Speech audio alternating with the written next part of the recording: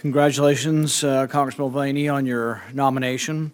You said in your testimony that the number one priority, either yours or of the federal government, is to defend the country. Is that correct? I think it's one of the few things that are actually affirmatively stated in the Constitution. Admiral Mullins is a career military guy. Nobody would question his honor or whether he served honorably. Are you familiar with his statement when he said that the greatest risk to our national security is our debt? It was raised at my very first Budget Committee hearing in 2011, and it put the fear of God in me as soon as I got to Washington, D.C. Do you think it's fair, people can characterize you or your positions in any way, but do you think it's fair maybe to characterize your concern for debt as being also a concern for national defense, that maybe we can't be a strong nation if we're indebted, or if we borrow $1 million a minute, maybe we won't be able to afford, and there might be a day that there's a calamitous economic crisis concerning our debt, and that would make us vulnerable to invasion? I think history would teach us, and I think perhaps Admiral Mullen was considering this, that great nations throughout history have traditionally failed from within. They've rotted from within because of their inability to manage their finances. I think sometimes in partisan politics, people tend to question the motives of their opponents, and I think that's a mistake, and that we have many disagreements, Republican and Democrat, on how we fix things. Even among our own party, we have some disagreement on how to fix things, but I think that understanding that your motives are for your country, for defending the country, and that your concern over the debt is not over numbers, but over concern for the future of your country. When we talked about raising the debt ceiling, and much has been made about, oh, you were advocating for shutdown. I remember those debates. I had just gotten here, and I think you had just gotten here.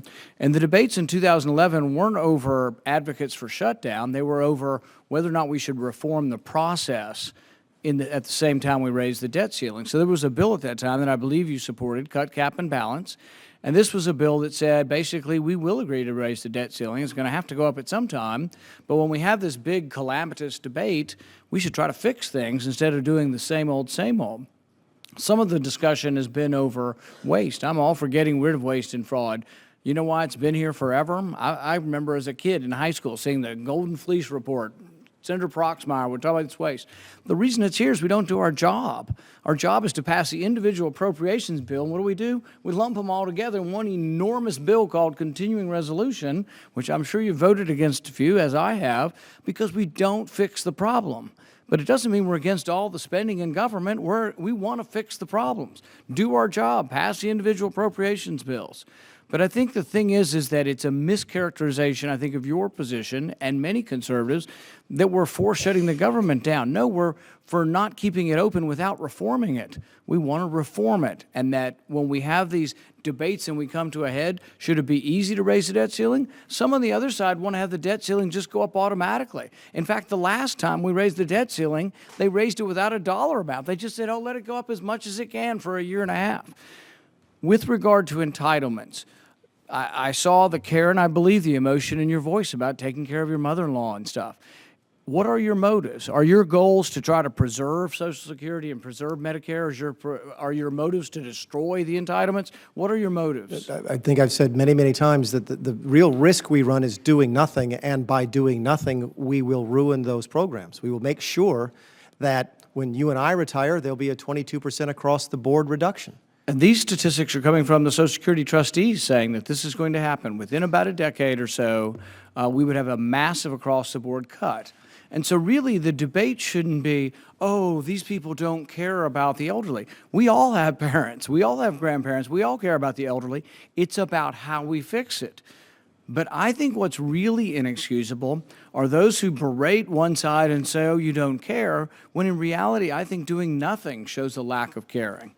If you do nothing to fix Medicare, if you do nothing to fix Social Security, and sure, we can attach emotions to this and attach false motives, but I think we should listen to what our candidates say, listen to what the electorate said, and really try to judge people on whether or not you think they're honest and sincere.